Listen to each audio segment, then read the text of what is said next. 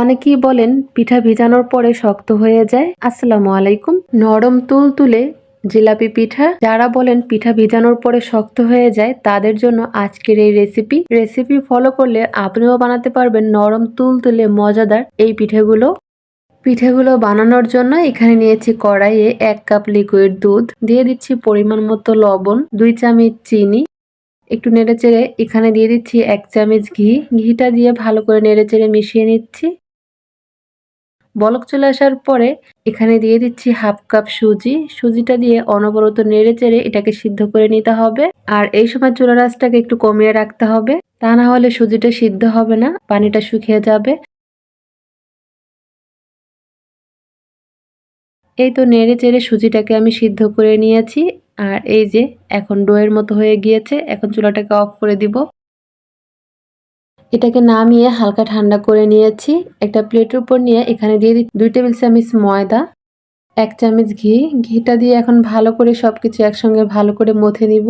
মথে নেওয়ার সময় চেষ্টা করবেন 2 চামচ ময়দা বা আটা দিয়ে নিতে। এই তো ভালো করে মথে নিয়েছি। এখন ছোট ছোট করে লেচি বানিয়ে নিব। সবগুলোকে দিয়ে লেচি বানিয়ে নিয়েছি। এখন এখান থেকে এক একটা নিয়ে আমি জিলাপি পিঠাগুলো বানিয়ে নিব। এই যে হাতের মধ্যে দিয়ে এইভাবে ডলা দিয়ে লম্বা করে নিব, তারপরে পেঁচিয়ে জিলাপির মতো করে নিব। ব্যাস, একটা পিঠা কমপ্লিট। আরো পিঠা বানিয়ে দেখাচ্ছি। এই যে কতটা সহজ এই পিঠাগুলো বানানো, আর বানাতেও খুবই অল্প সময় লাগে। সহজে যে কেউ বানিয়ে নিতে পারবে। সবগুলো জিলাপি পিঠা বানিয়ে নিয়েছি। প্যানে কিছুটা তেল হালকা গরম করে নিয়েছি। এখন একটা একটা করে পিঠে দিয়ে দিচ্ছি। একসাথে অনেক পিঠে দেওয়া যাবে না, তাহলে ভেঙে যেতে পারে। অল্প করে পিঠে দিয়ে ভেজে নিতে হবে। একটা সাইড হয়ে গেলে উল্টে দিব। এইভাবে উল্টে পাল্টে পিঠেগুলোকে ভেজে নিব। পছন্দ মতো কালার চলে আসলে পিঠেগুলোকে নামিয়ে নিব। এই যে আমি এরকমের কালার করে নিয়েছি। এই পিঠেগুলোকে নামিয়ে বাকি পিঠেগুলো ভেজে নিব। এখানে কড়াইয়ে নিয়েছি 3 কাপ লিকুইড দুধ। এখানে দিয়ে দিচ্ছি 1/4 কাপ চিনি। মিষ্টিটা যার যার পছন্দ মতো দিয়ে দিতে পারেন। একটু নেড়েচেড়ে বলক তুলে নিব। এখানে দিয়ে দিচ্ছি 2টা দারচিনি, 2টা এলাচ আর 1 চিমটি পরিমাণ লবণ। এটাকে এখন নেড়েচেড়ে মিশিয়ে আরো 1-2 মিনিট জাল করে নিব। এটাকে অনেক বেশি জাল করে ঘন করা যাবে না, তাহলে পিঠেগুলো ভিজবে না।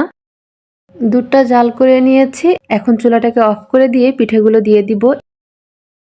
একটু নেড়েচেড়ে এটাকে এখন ঢেকে রাখবো 20 মিনিটের জন্য। 20 মিনিট পরে দেখেন পিঠেগুলো ফুলে এক একটা ডাবল হয়ে গিয়েছে। কতটা নরম তুলতুলে হয়েছে। এই যে একটা পিঠে কেটে দেখায় যে কতটা নরম হয়েছে। এই পিঠাটা ভিজতে বেশি সময়ের প্রয়োজন হয় না। 20 থেকে 30 মিনিট সময়ের মধ্যেই কিন্তু ভিজে নরম তুলতুলে হয়ে যায়। আর রেসিপি অবশ্যই ফলো করবেন, তাহলেই পারফেক্ট পিঠা বানাতে পারবেন। তা না হলে কিন্তু পিঠেগুলো শক্ত হয়ে যাবে। এই পিঠেগুলো কিন্তু এখনো গরম রয়েছে। এই শীতে একবার হলে বানিয়ে খাবেন, আশা করি খুব ভালো লাগবে সবার কাছে।